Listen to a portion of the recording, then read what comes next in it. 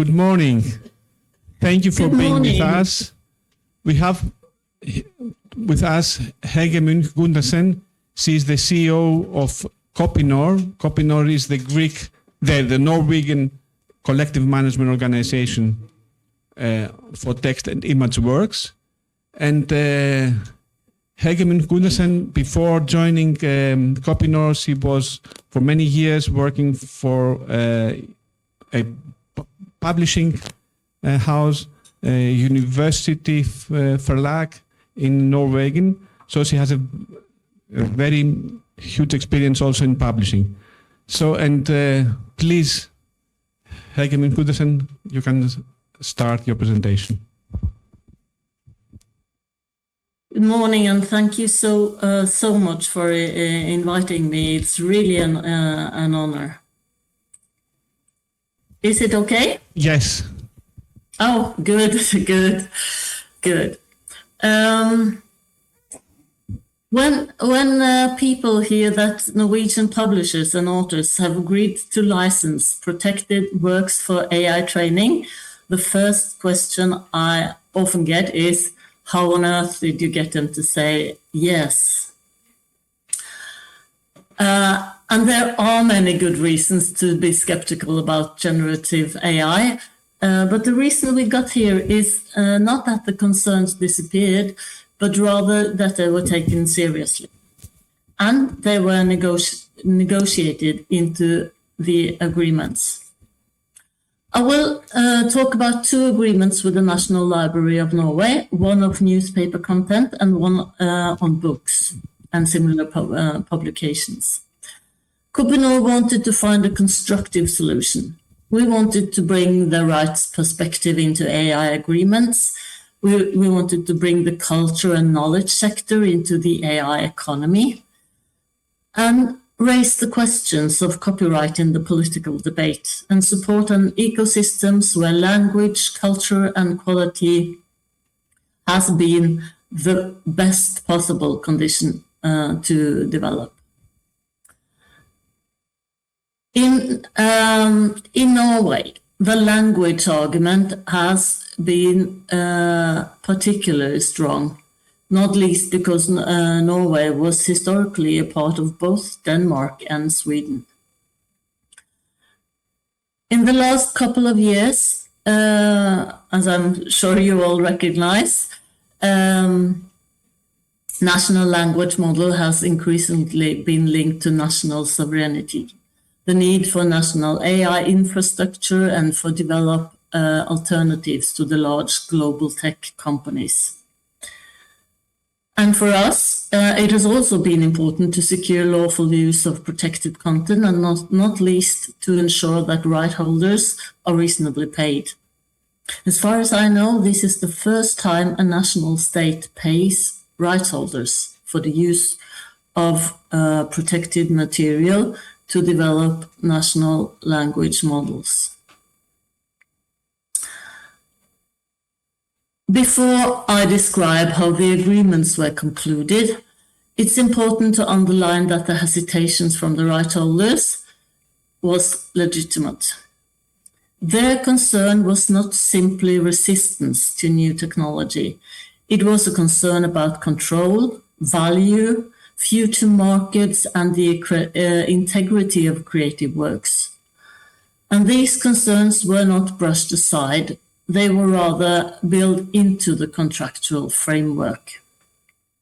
Publishers were, of course, particularly concerned about market disruptions and the possible undermining of their business models through services built on fully trained models.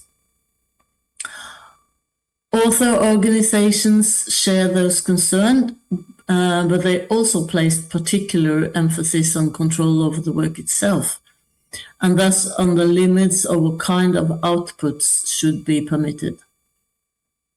Our member organization had a shared interest in preserving a sustainable ecosystem, but they emphasized different risks and drew the line in slightly different places. That was my experience. So the question was not simply should we allow AI training or not, and the real question was under what conditions could right holders allow this without weakening their own future position. And that questions guided the entire process.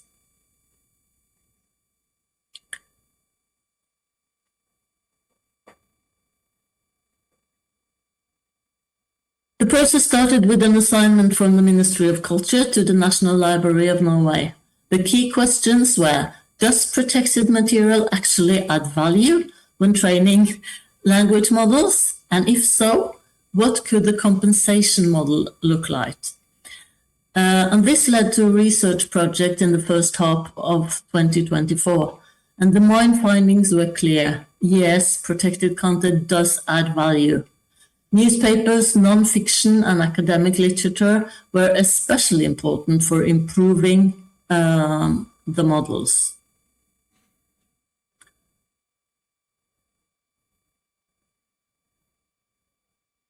And for historical and organizational reasons, the Norwegian Media Business Association led the negotiation on the press material, while KOPINOR handled the negotiation on the book content. A total of 4.2 million euros was allocated in the 2026 national budget for newspaper content, and the newspaper agreement was signed in December last year, with KOPINOR as the contracting party. The Media Business Association was clear from the start that they wanted an extended collective license solution, because they cover all the newspapers themselves and the papers employed journalists, but they don't cover all the freelancers and all the other contributors of text. To protect the commercial interest of the media sector, the agreement does not allow training on material that is less than 12 months old. Trade press, magazines and weekly periodicals are also excluded for now. We would like, though, to continue the dialogue with the National Library about journals and other periodicals, but not included now. And the agreement covers text only. The book negotiations were more difficult than the newspaper negotiation, I must say. But in March this year, the parties reached an agreement after 2.5 years of dialogue. I should stress that the book agreement has not yet been signed. The national budget will not be adopted until December, and the funding is still a pending condition. But the ministry has said that they're willing to pay for 0.2 million euros also for the book content. And we are waiting for a clarification from the ministry on whether the parties may sign a letter of intent before the funding is formally in place. We would like to be able to publish the agreement, but we cannot do so before we get the thumbs up.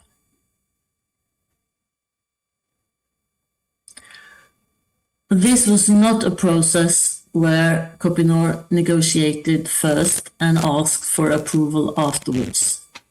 Authors and publishers' organizations were involved throughout.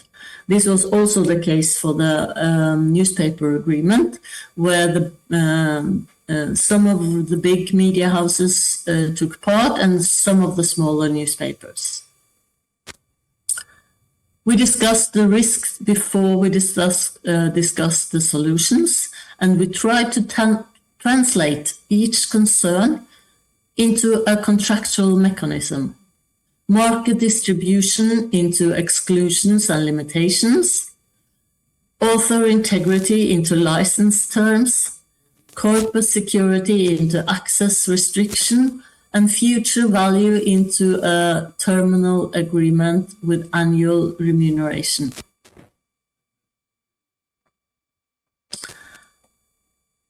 As you understand, we've really tried to safeguard the interest of rights holders in several ways. First, through the purpose of the agreement, as stated here, then through limitation on what content can be used as training material, that is the input, and through rules on how the models can be used, and through restrictions on output.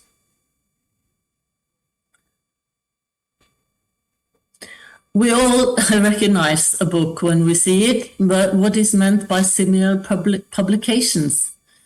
That is research reports, PhD dissertations, and so on. This is a very valuable high-quality content for the models. And at the same time, it was not very hard for us to include, since it's not so vulnerable for the right holders to include in the models.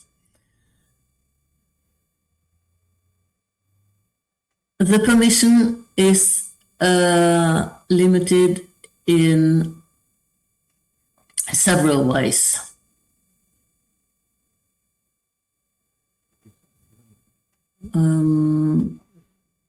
Recent publisher literature is excluded, the rolling limit of 10 years.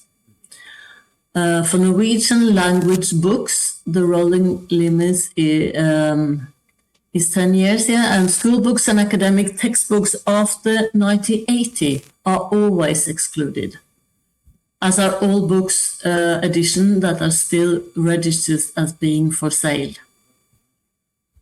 Translated work are also excluded, with one exception: translations between the two written Norwegian languages and Sami, they may be used. The special condition for Sami literature reflects that the economy basically depends on pre-funding, not sales. So that reflects the commercial side. If someone wants to train a more specialized, domain-specific model based on selected content, that is outside the permission. And that would demand new negotiations and new business opportunities for rights holders. We struggled sometime to define what is a base model and what is fine-tuned models and so on. And these are the formulation in the agreement. The model can be freely downloaded. They are actually being released now these days on Hugging Face, but they're not free of obligations. I will mention the most important here, the licensing terms. Users of the models may not recreate material from the training data in their outputs. And they may not use the models to develop services whose main purpose is to create books, similar publications, or news services. And they may not generate output that emulates the style of an author. KOPINOR will not receive information about exactly which publications are used in training. Some works may be used a lot, and some not at all. The important distinction is this: the train model may be shared under license terms, but the training corpus may not. The works themselves do not become a shared resource. Because this is an extended collective licensing agreement, ECL, all rights holders have the right to opt out, including non-members. Reservation may also be made during the terms of agreement, but they will apply only to future training. We turned down an initial proposal of buying out the historical content for a one-off payment. Instead, we have succeeded in reaching an agreement that can be terminated and with an annual remuneration. Because the investment for the Norwegian state is quite substantial, the first possible termination date is after 2 years. After that, the agreement may be termed annually. AI licensing is complex, and the landscape changes very quickly, and both parties need to learn as we go, and the agreement may need to be adjusted over time. That is why we have established regular contact meetings to monitor how the agreements work in practice, including possible breaches of the license term and other unintended effects. The National Library has a particular responsibility to monitor compliance, and licenses may be terminated for actors who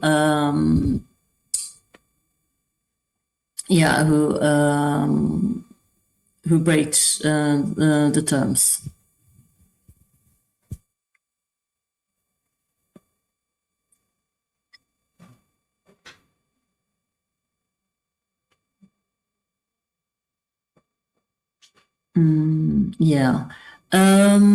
Even though the book agreement has not been signed, the parties agree that we need to inform right holders before the national budget is adopted in December. This is important, not the least to give right holders a real opportunity to opt out. And there's a considerable interest internationally in these agreements. KOPINOR has been invited to speak this summer in Hong Kong and then Barcelona in September. The newspaper agreement is translated into English. It's available on KOPINOR webpage if you're interested in further details on this. The next formal step is to apply to the Norwegian Industrial Property Office for approval, and politically we must secure the remaining funding so that right holders for both newspapers and books receive a total of around 8.5 million euros per year.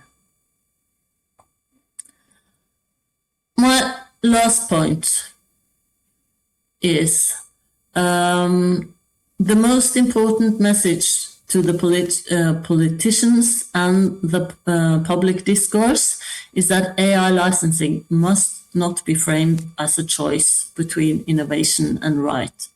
Especially in Europe, we as you probably noticed, Europe is really worried about lagging behind. Our message is that the real challenge is to build innovation on rights with permission, payment, and control. So, thank you. I'll be happy to answer any questions if the schedule allows. Thank you, Hege, for this very, very informative presentation. And congratulations also for the agreements that you have reached with the National Library, which really meet many of the concerns of right holders that are also concerns of the Greek right holders, of Greek authors and publishers, and are still discussed within our community. So, is there anyone who would like to put a question? Yes, Kostas Dardanos is a publisher. Hi, Kostas Dardanos, publisher and president of the Publishers Association. It was really interesting, your presentation. We feel the threat from US publishers of being bypassed They have big publishers. I'm talking about the big five, the academic publishers. They have asked us to give them our books written in Greek or translated into Greek in order to train the AI model. So they could sell us a translation with the rights. If we denied, all of us. If we agreed to that, the next step was bypassing. They would publish the books themselves to all languages. Another couple of publishers asked us to have our contracts non-exclusive. And our fears with collective licensing is that by giving our translations, because our country is a small language country, and we translate the majority of science and education from universities. So if we give our translation, our language, our terminology to AI models, and I'm glad that you exclude academic textbooks and translations. I really thank you for that. We have a fear that the machine will learn our precious knowledge, which is our language terminology, the scientific terminology, the language that gave birth to terminology, to science. Greek language is now under threat. So I'm a member of ΟΣΔΕΛ, of the Greek Collective Writers Organization, and I will suggest to the board that we follow your path. So we have a fear of being bypassed. Is our fear real, or is it just a comment? Thank you very much. Well, thank you. It's really interesting, and it's really a difficult question, because in some way we're all already bypassed, because it's so the international the English speaking society and the big tech has really has really so much power, and I'm really worried, and I think you're right in denying access, and I think as in Norway, if the politicians really recognize the importance of trying to have some alternatives. I know the school sector or the whole education sector in Norway they're interested in the national language models to be able to preserve and develop the terminology, the special Norwegian context and the culture, as you were talking about, but the models will be quite small compared to the international, and they will probably perform better on the national language itself, but not on knowledge, probably. And they won't be able to compete with all the big ones. But at least we will have some alternatives to give to public actors and private also. But I recognize it's really difficult, and it's difficult when it's a risk that they also become the international actors become so good on the national level and local level as well. But I would try to see some alternatives before I give in. Yeah. Thank you. There's another question from Mr. Katsouros. Hello, good morning. And I work on the Greek AI for developing Greek LLMs.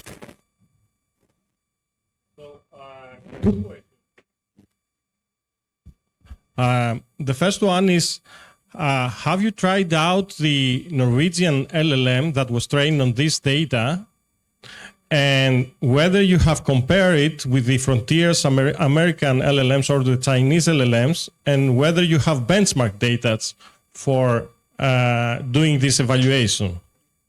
And the second question is, Norwegian is a large spoken language in Europe, like Greek.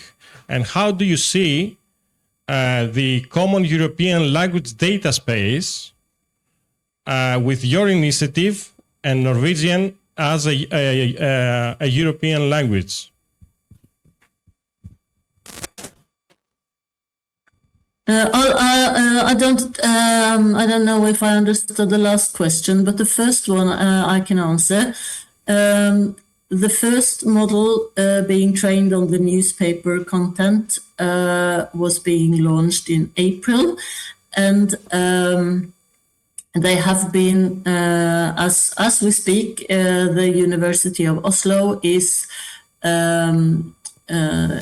evaluating and benchmarking it against, I don't know if the Chinese is in it, but the US and I think Mistral, and it's performing better on the language level. But they have not concluded, but they're also very good in the small Norwegian and Sami languages. The models trained on book content will not be available until April next year, I think, because they're planning if the remuneration or the economic question is clear in December, they will start training from January. But it's clear that they aren't as good because they have really smaller amount of volume, of course. But I know the National Library is very interested in training many small models, some for the health sector, being really safe and transparent, and some for the military, and so and we have also been approached actually for there might be some business opportunity on top of it, for instance for the health sector, where they need some further academic books. But could you please repeat the second question? The second question was about the common European language data space in which the publishers or private sector, they can share their content with other countries, and whether you have in collaboration with the European LLM. No, we have not. We have been very clear as until now that the actual content is only limited to the National Library, and we have not been approached from anyone outside Norway on the training corpus. Okay. Is there any other question? If not, Hege, I would like to put a question. Besides the national LLM model, what is your strategy or reaction to the foreign LLM models, the big ones of the big techs, like the known ones, ChatGPT and Claude, etc., where, first of all, do you know or have you any evidence whether Norwegian works have been used for training there? And what are you doing about this issue? Yes, we know that Norwegian work has been used,